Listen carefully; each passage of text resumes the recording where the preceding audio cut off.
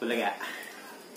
So, magandang araw sa inyo mga boss. So, ayun, nagbabalik tayo dahil meron tayong dumating na parcel na naman. So, kapalit ni Leo 702. Pero si Leo 702 nandiyan pa rin. Hindi lang talaga maharap. Hindi lang din talaga natin siya maharap gawin.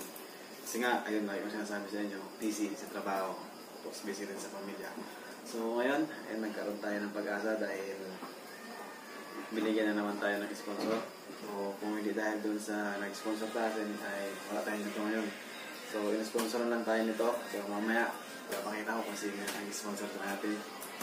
So, salamat dahil nabuhay na naman tayo. So, ayun. Ayun, ang dahilan kung bakit tayo nakapag-fishing. Ayun, unang-una, sira yung ating fishing rod. Hindi tayo nakabili. Sino yan?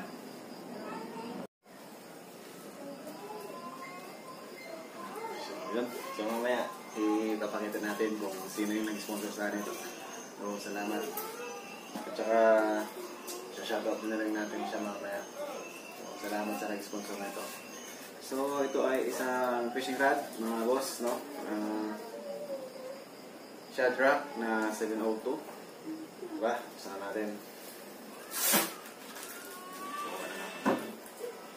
Ako na kabanting guys.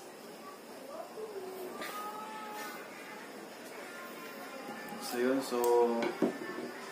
marami nagtatanong kung ano yung magagandang setup, lalo sa mga baguhan.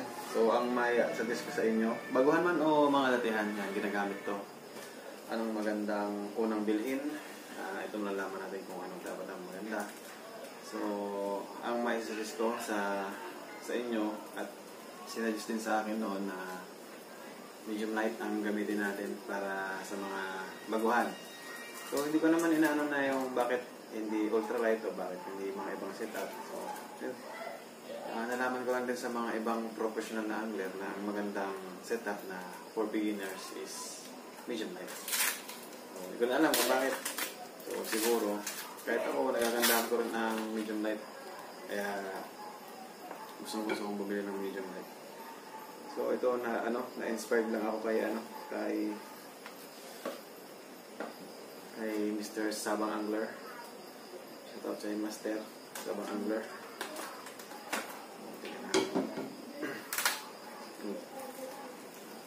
Release agad mga boss, oh. Release na low. Sasaglitan na lang natin to. Hindi masyadong mahaba yung vlog natin. So ito, naka-bubble wrap. Shoutout din pala kay Pao Bailon. Yan, siya ang nag-deliver dito sa bahay natin. Nasa trabaho ka kanina. Tinext na tayo dahil meron tayong parcel na darating. Sabi ko, wala din yung pera pang bayad. Kaya iniwan niya na dito yung parcel natin. So kanina bumalik siya. Binalik yung kinuha niya yung bayad ng rad.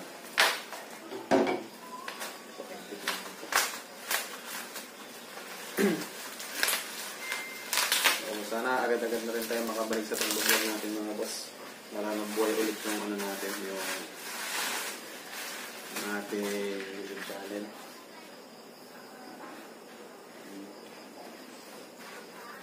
Dalawang version na pala itong mga boss. May version 2 na rin pala itong Shadrack na to. So hindi ko alam kung anong version 2 nakuha natin, pero ang alam kong version nito is version 1.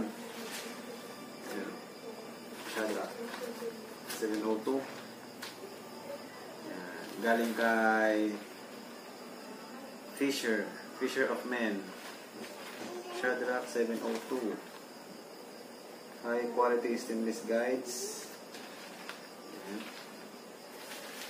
Natin. Mabilis ng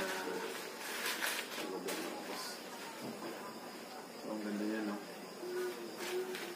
Nagkukulay nagkukulay purple, tapos kulay blue.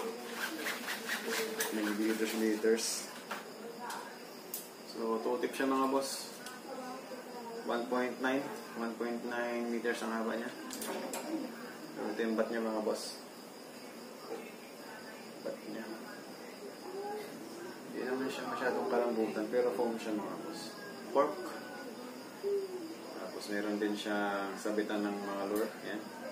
Sabitan ng taga, ng treble hook. Shadow 702, Fisherman's Asia. So, siya. Kung natapatan siya ng liwanag mga boss, ano siya? Kulay purple. Pag hindi, kulay blue na. So, sabi nila ano to eh, Fuji guide ring. Hindi daw basta-basta kakalawangin ito. Sana. So, dito tayo sa medium light power na tip. Medium light power na tip. Sana pag ginamit natin ito, makadaya na tayo ng mamaw. Matagal-tagal din tayo hindi nakapag-vlog. Matagal-tagal din tayo hindi nakapag-fishing. So, ito yung medium power niya. Hindi naman sila parang mas magkatulad pa rin sila. Siguro sa medium light. Ito medyo malambot siya eh.